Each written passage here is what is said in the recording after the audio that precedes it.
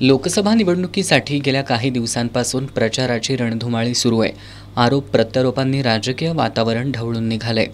पदयात्रा, देश आणि राज्य पातळीवरील नेत्यांच्या सभा, मेळावे यामुळे जिल्ह्याचा कानाकोपरा दुमदुमून गेलाय. उष्णतेचा पारा वाढत असतानाही गेल्या काही दिवसांपासून कोल्हापूर जिल्ह्यात सर्वच उमेदवारांचा प्रचार शिगेला पोहोचला होता. कोल्हापूर लोकसभा मतदारसंघामध्ये महाविकास आघाडीचे उमेदवार श्रीमंत शाहू महाराज छत्रपती आणि महायुतीचे उमेदवार संजय मंडलिक यांच्यात थेट लढत होतीये. तर हातकणंगले लोकसभा मतदारसंघामध्ये महायुतीचे उमेदवार खासदार धैर्यशील माने, महाविकास आघाडीचे उमेदवार माजी आमदार सत्यजित पाटील आणि स्वाभिमानी शेतकरी संघटनेचे नेते माजी खासदार राजू शेट्टी यांच्यात खरी चुरस सुरू आहे.